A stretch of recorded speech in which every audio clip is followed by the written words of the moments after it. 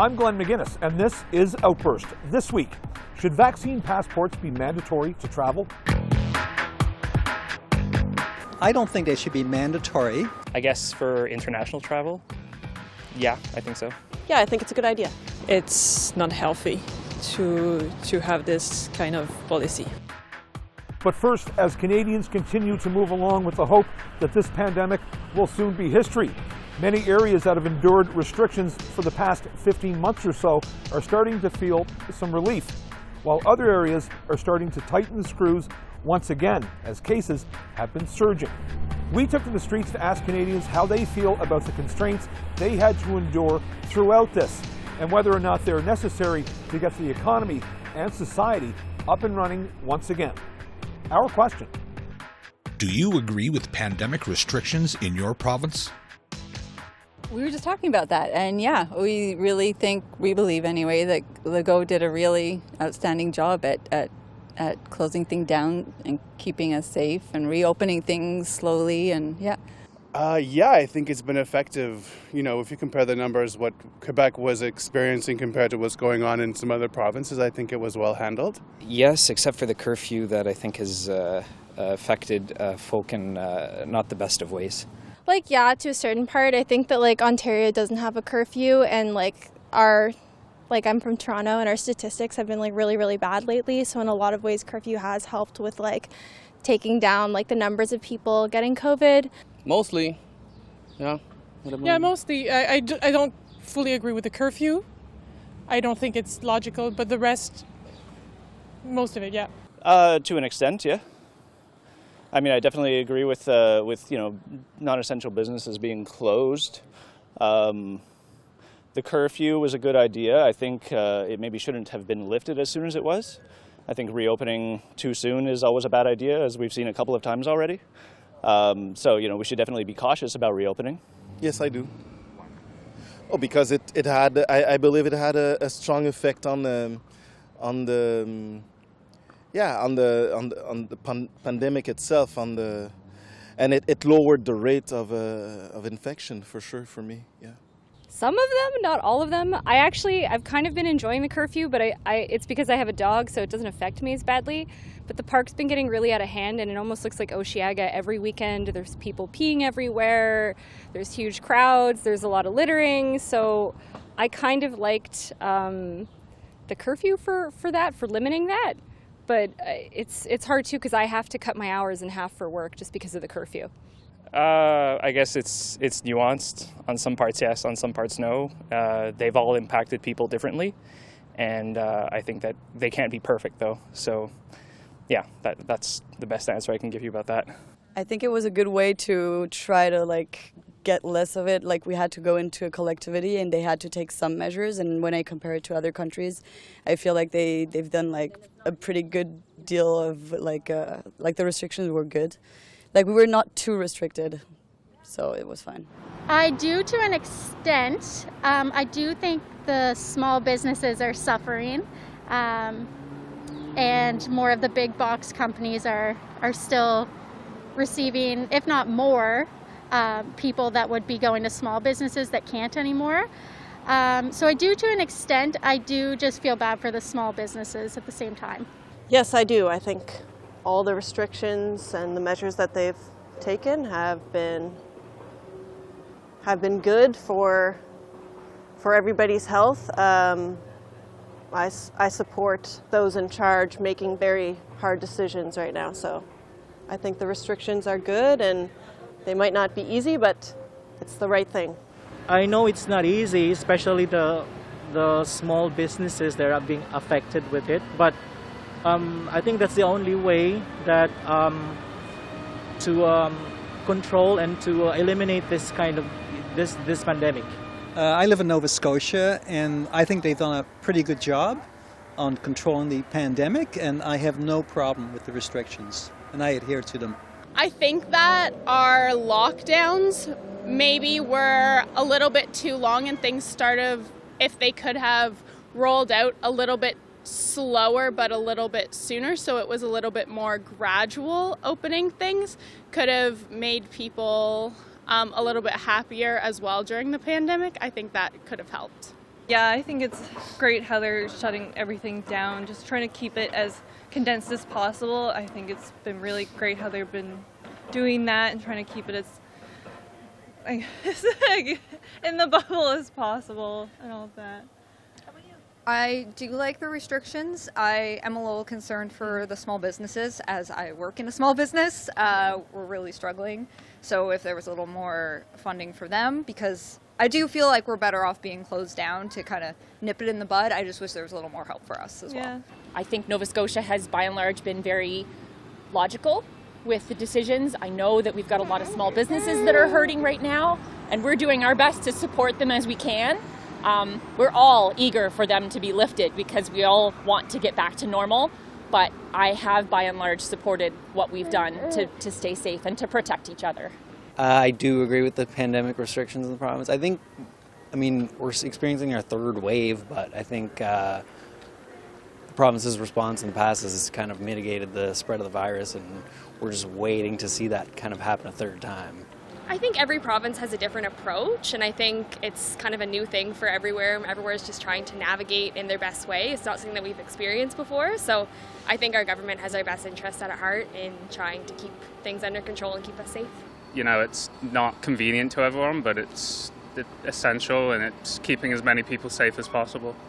I do. I am local, very local, only about a kilometer away from here, and we've stayed to our 2-3 kilometers for walking, and I believe the restrictions are there to protect the public health of everyone, and I have no trouble having a bit of more patience. It's been a long time. I mean, a lot of us have not seen our families for a year and a half, and our children even, and our elderly parents, but I think the restriction will make it that in the long end and the long time we'll all be able to be safely together again.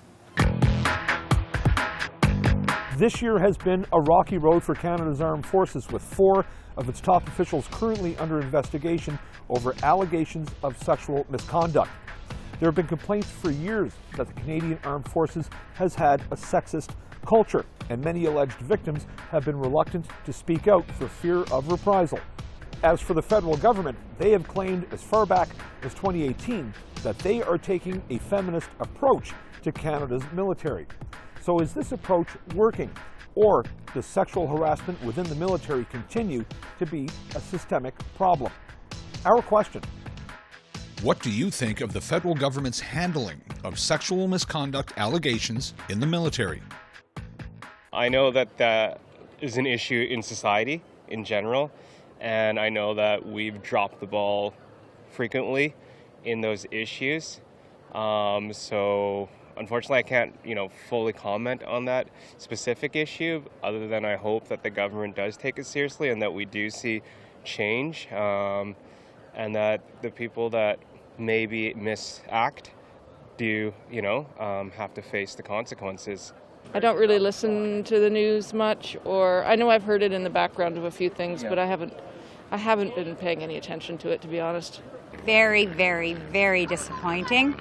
Change needs to happen, and that's why I'm so proud to have a daughter, because she's going to be the change we need to see. Well, I think the military has a lot of power, and they're looked up to protecting the country and protecting the people, and that's abuse of power and control is what that is. That shouldn't be allowed to happen. Being a woman, I'm definitely concerned about those conditions, because it's not a one-time situation. Definitely it happened in the past, and I'm sure it's still happening today. Other than that, government and militaries, it's always 2 different identities. I'm not too familiar with the way Canada is separated regarding military and government, so I can't really give you my opinion. But what I would be concerned is eventually having a proper authority inspecting what's happening, since it's always difficult to have a proper objective study of the situations. I believe they should investigate it a little bit more. The allegations against General Vance are fairly serious, and it's definitely something that should be addressed. It's not something that's acceptable in society or military or anywhere else nowadays.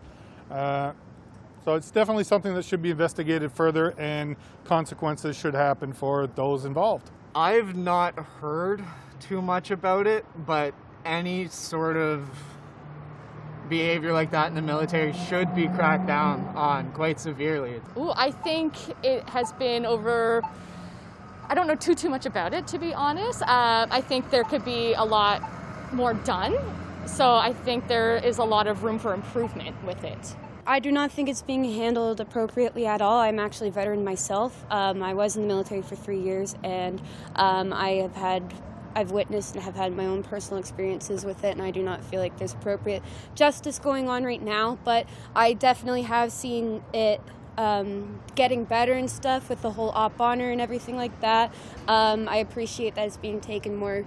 Like, I appreciate the public's kind of paying attention to it more now, too, and everything, but I do believe there's a lot more work that could be done with that. Oh, disaster. The military needs a good, swift kick in the rear end. And they're not the only institution that's in the same boat, but it's been terribly mishandled. And they need to sort it out fast. And I think the federal government is as much to blame as the military. I don't know enough about it, but I can say probably pretty poorly if it's, you know, as big of a blow up as it's been. Don't have a strong opinion one way or the other. I think it's obviously a serious issue that you know, probably stems from a bit of an old boys club in the military, but definitely is worthy of an investigation and in sussing out what really took place. I think they probably should have acted sooner and taken it more seriously. If you can believe who has been appointed to work on this now, if you can believe what they're saying, and we can't believe what the others have said up to this point, if we can believe it, then there's a possibility that somebody can at least know more of what's going on, maybe to the extent or whatever. As to whether they're going to eliminate it, not in my lifetime. I haven't looked into that, and I really haven't heard anything about it, but if they're dealing with it, then I think that's probably a step in the right direction. I haven't really been following it. I think the whole issue of our military and our police systems and a lot of other sort of organizations and sexual misconduct is a real epidemic, for want of a better word. I think it's very hard to handle. Maybe they could have done a bit better, but it's a very difficult thing to handle. So I don't think they've done terribly, but they probably could have done a bit better.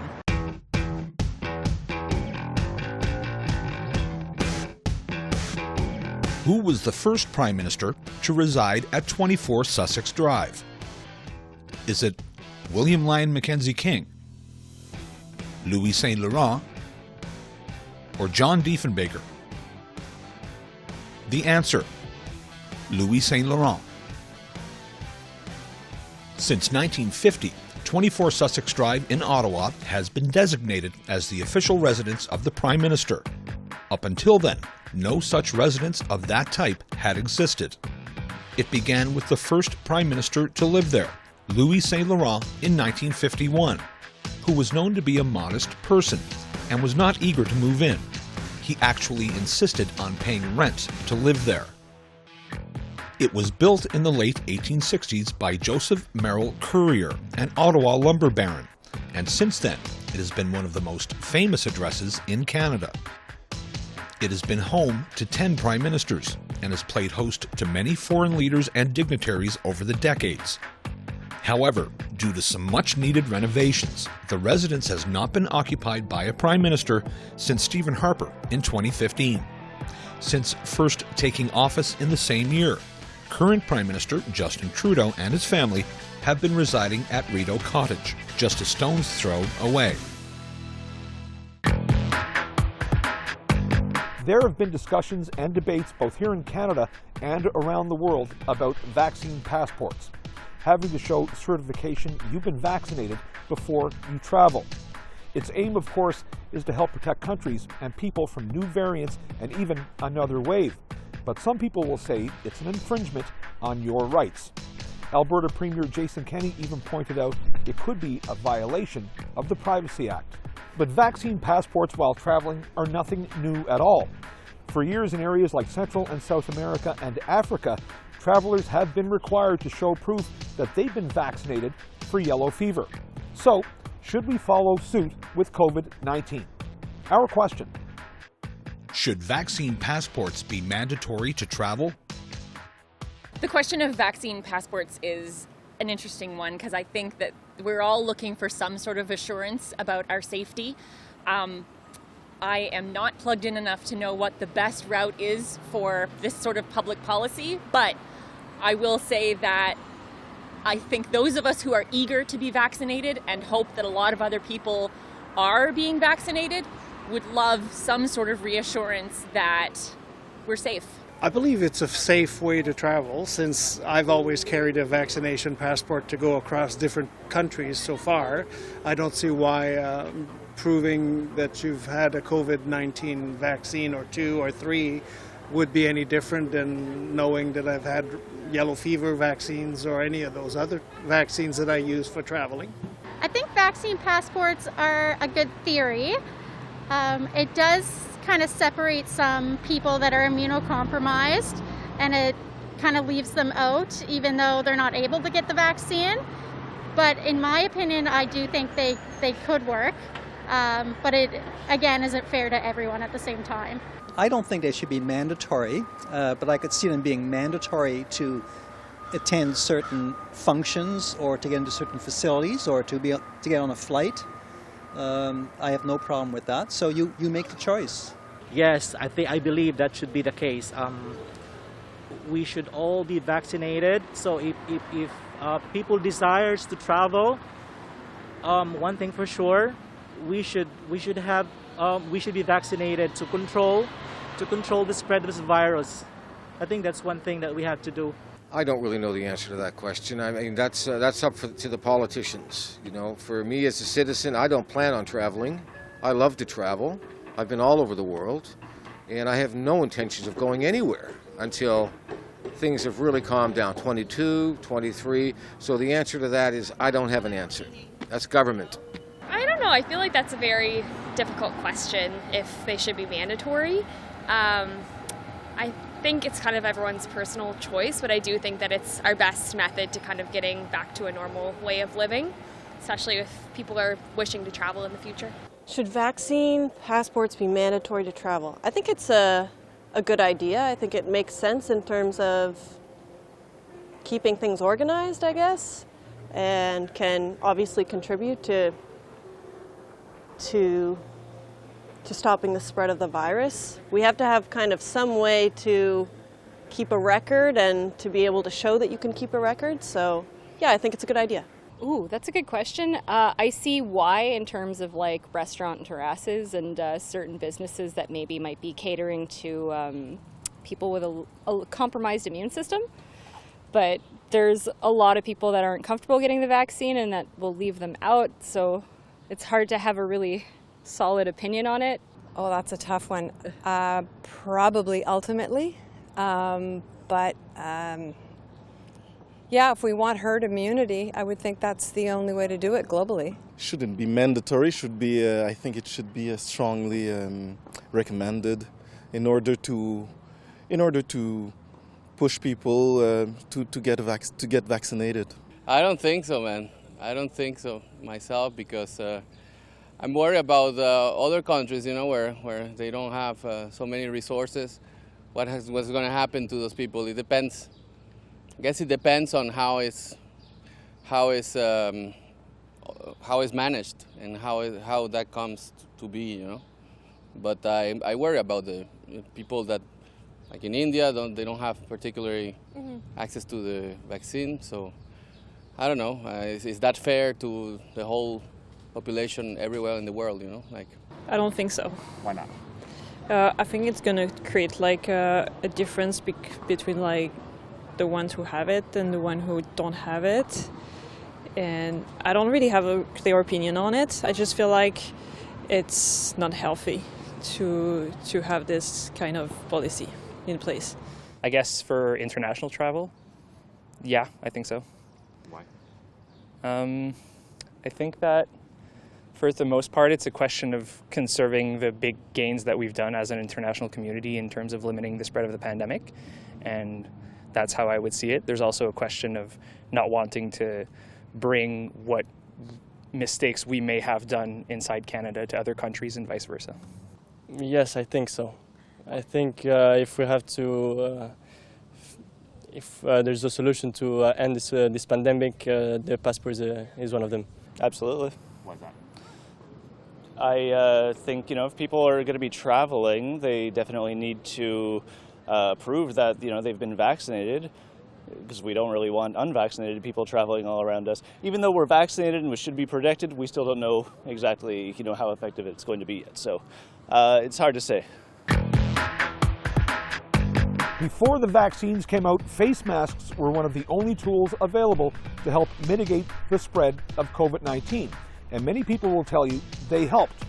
But as we approach a year and a half of this pandemic, many people are getting accustomed to wearing them because they've become a part of our daily routine.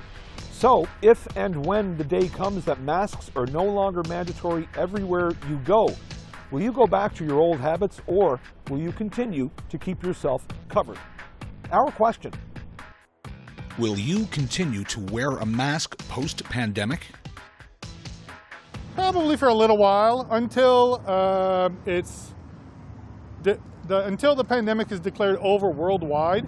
I'll probably continue to wear a mask. Until then, it's probably safe to continue wearing a mask to help protect others, just in case. Better to be safe than sorry. I think at work, yes, because I work with I have clients that I work closely with, but probably not out and about. Although it has been good for avoiding the flu. I never got a cold or anything this winter, so I guess we'll see. I would like not to, but if the health officials, if the scientific community is encouraging us to, then I'm comfortable doing it. Yeah, you know what? It's something that's kind of grown on me. I think maybe not all the time, but I think honestly, if I have a head cold or something and I'm going over the produce aisle in the grocery store, I think it's prudent to maybe mask up and not spread your germs. I think it will depend on case counts. I'm really okay with wearing a mask. If there's no case counts in our province or in our city, then I would be open to not wearing a mask. As soon as there's cases again, then yes. Yes, indoors I will. We know enough in the last couple of weeks to realize that this is an airborne passing. In fact, I'm going in and get a non-medical N95. That's why I'm at this particular corner. Simply because if I'm going to be in a place where even if you're 6 feet apart, that doesn't matter anymore. MIT put it in one little sentence at one of their reports, and that was that 6 feet or 60 feet. If you're inside and it's not well ventilated, then you're in the same situation. Walk into a bar, say, oh, this is too crowded, dear, let's go, come back some other time. In the length of time that you were in that bar, if it's not well ventilated or has HEPA filters and all that stuff, we know that it hasn't, then you're at risk. And when you're my age, you don't want to be at risk. I probably will when I'm sick, just like with the flu, but I'm really excited to take it off and be able to interact with my coworkers and friends again. I think in certain situations I will. We learned a lot about mask wearing, whether it's colds, flu, and whatever. And I think when I'm flying and in other situations, I think I will have a mask in my pocket. I got one here now. We're social distancing. I'm going to meet someone for a meeting. This will go on. And I think I will. Post-pandemic, probably not, to be honest, unless, I am sick and I'm worried about transmitting it to somebody else. But no, I don't think so. Yeah, for sure. That was something that we've been talking about a lot recently, I think, because I definitely feel more safe going into the, big grocery stores and stuff wearing a mask. I think now that we've sort of normalized it, that it'll just continue to sort of be a normal thing that people can continue to use to protect themselves. Whether you're sick or not, it's probably a good idea to stay safe in big, busy areas where there's a lot of people. And so I think that, masks are a good practice to keep around. Something I've thought about, definitely not like I do now. If I'm sick and I need to go out, I might do it as a courtesy to just the people around me on a bus or just out on the street, but not like we do now. I suppose it would depend on what's happening with other viruses and how our vaccines are working. If the pandemic is over, there would be no reason to wear a mask. If there's still problems with it, then yes, I would be quite happy. I have no problem wearing a mask. I don't understand people who do have a problem wearing a mask. I think it's it's you know, in a restaurant you have to wear a shirt and you have to wear shoes, so wear a mask. I'm not sure right now. I probably, like, if everybody else around me was and everything, and if it's advised to do so, then yeah, for sure. But if people don't believe that, like, it's necessary, I probably won't. I'll probably start rocking lipstick again. That's a good question. I hope not. I guess it really depends on what's happening in the world. I think I'll probably wear a mask when I'm sick now. I think that's something I probably wouldn't have done in the past, and now I think that's definitely something I'll just carry forward. I mean, I think I'd still wear it every now and then. I feel like in terms of like personal hygiene and like it's quite nice in a sense to wear masks, especially if anyone feels slightly ill. There's a less chance of like passing on other germs and such, even if it's not anything as serious as COVID. It's still kind of a nice thing, I think. Yeah, I might continue. Looking back at times when we took flights, for example, how many times did we get sick or got a call from being on the flight? It's definitely, I think, a scenario where I will be wearing a mask knowing I'm in an enclosed space with foreigners or foreign people, I guess, like strangers. For 10 plus hours going home. So definitely something I'm thinking about, and probably big gathering, as you said. When you have tons of people around you don't really know, like concerts, it's definitely something that will come to my mind for sure. Like, it depends. If I'm just walking and like outside, like for example this place, I'm definitely not gonna wear it.